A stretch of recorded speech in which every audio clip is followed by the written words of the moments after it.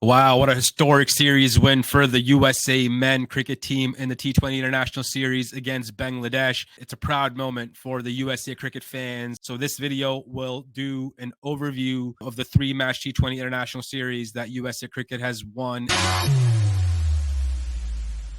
Again, I have my buddy Mark joining me all the way from Atlanta this week. He's traveling for more cricket, and my buddy's ready to score a century today. But before he does that, we're going to talk this USA cricket victory. So, Mark, welcome on the show, brother. Happy Sunday. Are you gearing up for your own match today? I know, but also, how happy are you about the USA victory over Bangladesh in the series? Morning, Nabil. Thanks for having me back on the show, man. Listen to me, man. I'm raring and excited to go. I'm happy for the USA. They're showing, making good strides. It's a decent team, well-balanced team, good batting and good bowling, and they put up a good display in those matches so far. And hats off to the skipper. You got to give the skipper some credit. Bangladesh is not by means any walkover. So they had to play it out of their skin to get a victory in that series against Bangladesh. Yeah, absolutely, man. Bangladesh came prepared. It seemed like it may have been a bit rusty, but they had a full stretch squad. USA as well played top team in the first two T20 internationals. In the third T20, we saw, some major changes, 4 or 5 changes. Their main players ended up, they just ended up resting them. I don't know if that was the right approach, it's in the end of the series. Mark, what do you think there, man? Do you think they should have gone for the whitewash, especially when you have the chance to do it, in a historic way? Why bench 4 guys, 4 of your best players to, let Bangladesh off the hook on the last game? Well, they basically was testing their bench strength. And it's okay because they already won the series. So there's not more to prove. A series win is a series win. So they just want to see the bench strength, how the guys on the bench is going to do at this level. Remember, USA does not play cricket too much at this higher level. We play against a lot of associate teams, right? So playing against a test nation like Bangladesh, I think was the right thing to do. At least they know where the weakness is, the strengths, and which areas they want to work with and which areas they want to improve on. The management, I think, made the right choice. Absolutely, man. That sounds good. It makes sense, but I just feel like we don't get this kind of an opportunity as often, right? Because we don't play full member nations that often. And if you get a chance to whitewash a full member nation, even I get it. You got to test the bench strength. These guys, I think, should have gone and played those 4 guys because it's all about momentum, taking it into the World Cup. And even though winning those 2 games won them the series, but losing the last 3 games, exposing the bench strength, kind of didn't feel like the right way for me to think about it. Unless you have good bench strength, it didn't show like that USA cricket does. So how do you see that, man? Because injuries can be part of the game, and one guy can get hurt, and we're heavily reliant on these 3-4 players. How do we improve this bench strength, Mark, first of all, for the World Cup? The World Cup squad's announced. These guys are there. But what's next from the improvement perspective of the bench strength? They know those main players, all right? They're very good cricketers in their own right, perform pretty good over the time period. Bringing in the other guys, just to give them that exposure, just to get them to get that nerves off their back, because at this level, it's a step up. You have to test all the players. You never know. The strength of a team depends on the weakest link. You never know when you might need these guys to feature. Injuries, all this kind of stuff, pitch condition, situations and matches. So I just think it's a right call because we don't play too much of international. USA does not play too much of international cricket. Bangladesh, by means, is a good team. And I think it's the right choice. World Cup is around the corner. If the USA could win a couple matches, a couple eyebrows might turn. You just never know. But I think it's a step in the right direction, right? And it would give those guys, even if they mightn't or they didn't perform to the best of their ability,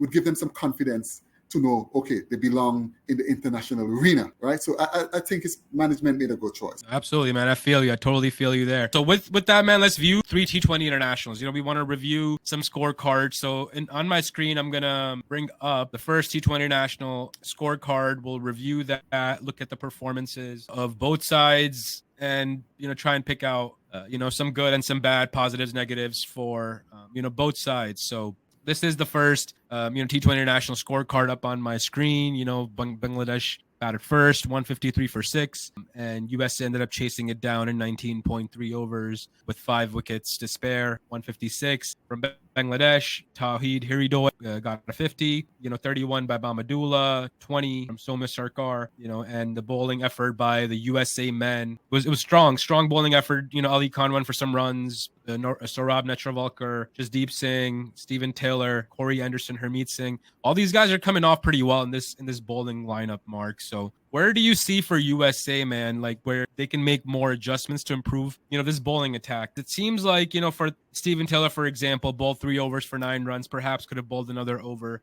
Corey Anderson, 2 over 10 runs. So is it like they have too many options to choose from in their lineup, or do they not know who our best 5 or 6 bowlers are of that team? Because that's what it appears to be to me, because it's like different options they can give it a shot to in the lineup. 7, 8, 9 guys can bowl in this lineup. So how does the captain decide like who to give the ball to on which day? Well, a lot of times you just got to mix up the pace and the variations. All these bowlers bowl a different variety. So that's why the captain bowled 6 bowlers. Corey Anderson don't really bowl too much, but back in the day, he was a good medium pacer. The captain is just looking for some options. Steven Taylor, yes, with his off breaks, he could have bowled a full quarter. Ali Khan was an off day for him. He went for 49 runs, so he could have bowled maybe 3 over. Different than that, all the bowling figures are very decent. I like the guy Harmeet Singh. I think he's a character. I think he's a good cricketer. I like him. Jesse bowled well, 3 overs for 30 runs, 1 wicket. So right now, I think the bowling looked decent enough. Nacho Valka, the season campaigner, always thereabout, not the quickest, but put the balls in the right areas, and he all seems to do a good job for USA. A guy like Noshtus Kenjige, I think we brought him up in our other conversation in the past, Mark.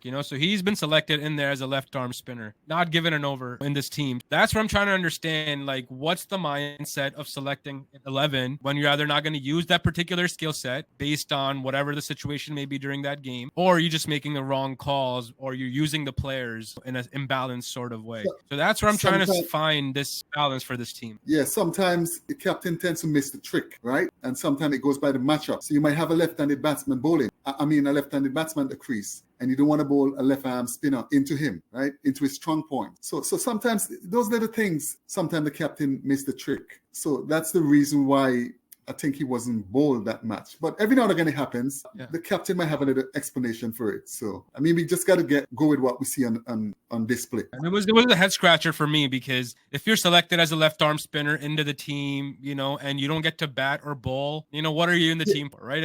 I get it, it's a T20 game, but if you're selected at number 10 in the lineup, you're clearly playing as a bowler in the team. So you got to get at least an over or 2, right? Yes. If that's your skill, or if that's your specialist job. Yeah, it happens sometimes. Listen to me, man. It happened to me many times. I'm in the team as a batsman or bowler, and don't get a bat or don't get a bowl. So it's just a game sometimes. So sometimes we can't really read into it. Does that show like a lack of confidence in a certain player? Because we played cricket for a long time. We've captained our teams for a long time. And, I'm not sure if it's, a way to kind of keep certain players that you don't have confidence in, not bring them in a heated situation or in a situation where they can actually come and perform. I'm not sure, right? But I'm trying to figure out like why he didn't bowl in that game, because it's a head scratcher. Yeah, I just think it's just the skipper missed the trick, honestly, because Ken Drive is a guy in the team most of the time, and he's been bowling his overs and doing well. So I just thought the captain missed the trick, brought in Steven Taylor and maybe try Corey Anderson a couple overs just to see how it goes. But it doesn't mean that Ken Drive is not going to be a full part of the team. It's just a one-off game. I would love to think that as a captain, thinking from the captain point of view. This game, Harmeet Singh, as you mentioned earlier, Mark, was the man of the match. And, he's an impact player, man. He's an impact player, scored 33 off 13 balls, bowled his 4 overs, 27 runs. So this guy is probably our best T20 player right now. I think it's, really, really good addition from the USA cricket perspective, because he brings a different energy to the team, I feel like. Yeah, he's a good player. I watched him the Major League last year. I like him very much. He's a very good player. This is the second scorecard for, the USA Bangladesh T20 International. It was the second match, and Ali Khan was the hero in this one with 3 for 25 and closing the game out, defending 144, which USA made batting first. Monang Patel, 41 off 38. Andres Gauss got a duck. Steven Taylor, 31 off 28. Aaron Jones, 35 off 34. Corey Anderson, 11 off 10. Harmeet Singh didn't do much with a bat in that game. Nitish Kumar, 7 off of 3. Same thing with Shadley, Van Shulkwick. And here, Mark, in the middle order, I feel like, right? So Steven Taylor, Monang Patel have been, solid up front, not as quick in scoring as we would like them to be, scoring at 110 strike rate, each of them. Do you think that suffices at this level, Mark, or do these guys, obviously, we're Associate Nation, but these strike rates can be improved upon, as you can see? Yeah, it's just a matter of one of those guys decided that they have to up the tempo and up the ante and get their strike rate at least up to 140. But different than that, they're the 2 best opening batsmen they have currently. It's a new team at this level. So sometimes you always want to give the team a good start. You might try to have a high strike rate and then give early wickets away and set the team back. And these other guys are not hard hitters of the ball. Most of these batsmen at the time of the ball. Only Coriander, I think, in the lower mid order can hit the ball a long way. I think they're doing just fine for now. But once they get to the World Cup, then they would need to just up the ante and up the tempo a little bit more. I think so too. I think Andres Gauss is a good person to do that. He plays aggressive, but there's too many of the similar players, I feel like. I mean, and Taylor tries to be aggressive, but again, he takes some balls to do that. And then same thing with Monang Patel and Aaron Jones, similar type of a game. These guys are all batting at 110, 105 around strike rates, right? And then you have a guy like Nitish Kumar, I think, who was a Canadian national player, ex-national, and then, came over to the U.S. and now is in the U.S. setup, again, with a similar type of a game. And then you have a guy like, Jaskaran Malhotra, who's probably one of the best power hitters in the country, doesn't get a look into the squad, right? Into the World Cup squad. Well, so do you think a guy like Jaskaran Malhotra, who has a record of hitting 6 sixes, 6 balls, could have fit in this lineup over one of these guys who are potentially playing, with a similar type of a style? Yes, but with the Malhotra situation, it could be not cricket. It could be something else, right? Because if you base on ability, he's a touch above a couple of these other guys. But you know how cricket selections and committees goes and administration.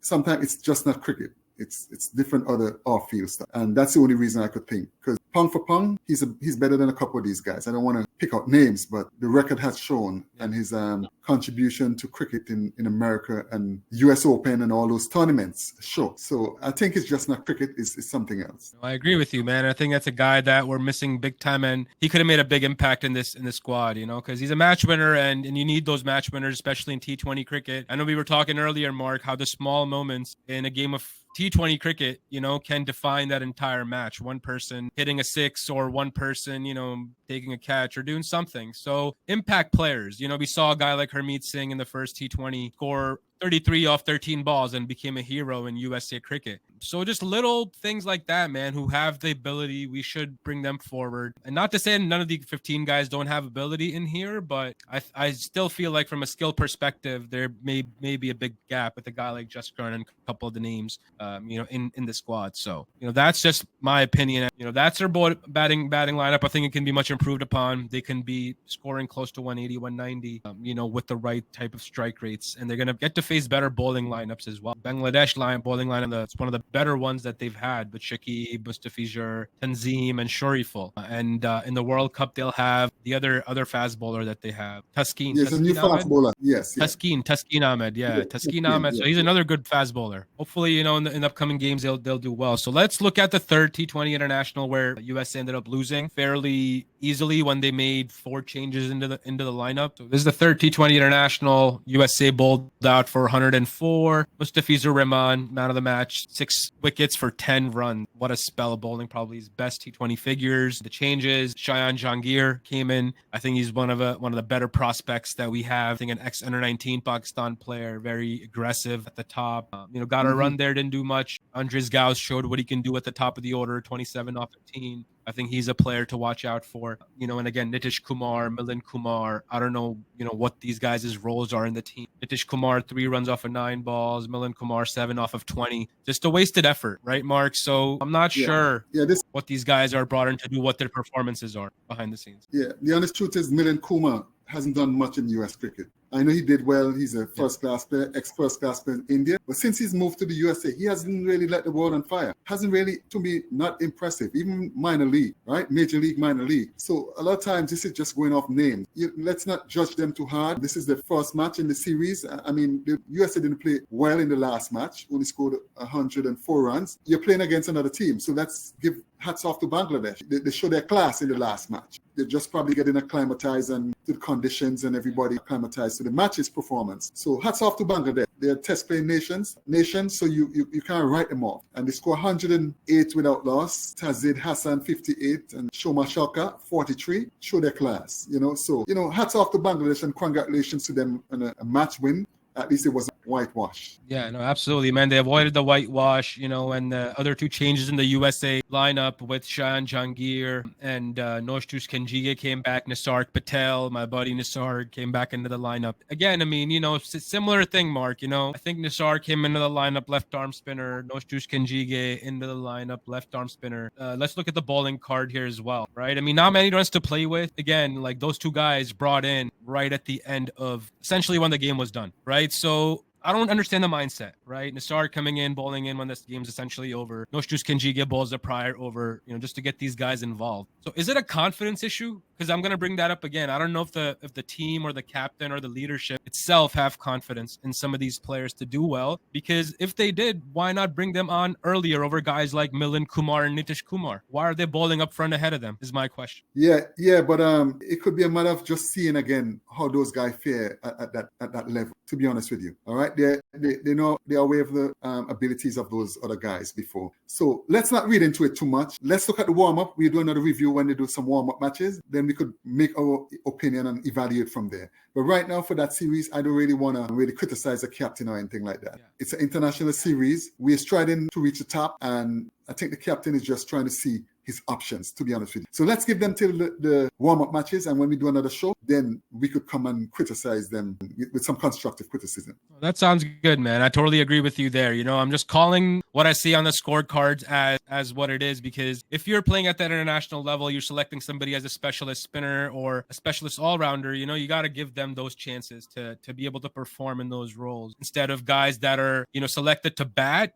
These guys, again, I'm going to bring up a couple of these guys, the Kumar brothers or whoever they are, batted top order, number 3 and 4, scored 3 and a 7, and then come and bowl 4 overs, come and bowl a couple of overs. It seems to me like a forced performance. Like, oh no, you have to perform. That's just me seeing it, man, and calling it as I see it. But we're gonna look into more of this, into our other warm-ups and other videos that Mark and I are gonna be bringing to you guys on USA Cricket, on West Indies Cricket. Make sure to smash that like button, subscribe to the channel. We're gonna be bringing you guys a ton of World Cup content. Mark and I are working on a couple other things for you guys. MSDA Cricket's launching a website soon. So a lot going on, guys. So stay with us on this channel. Make sure to like, subscribe, and help us get to our first goal of 20,000 subscribers, right in this World Cup. Our first initial goal, the 20K subs, and you guys can help us get there. Make sure to support, MSDA Cricket, support us in our the Reverse Scoop shop where we support youth cricket development. So thanks again, guys. Nabil Khan and Mark Audain from the Reverse Scoop signing off.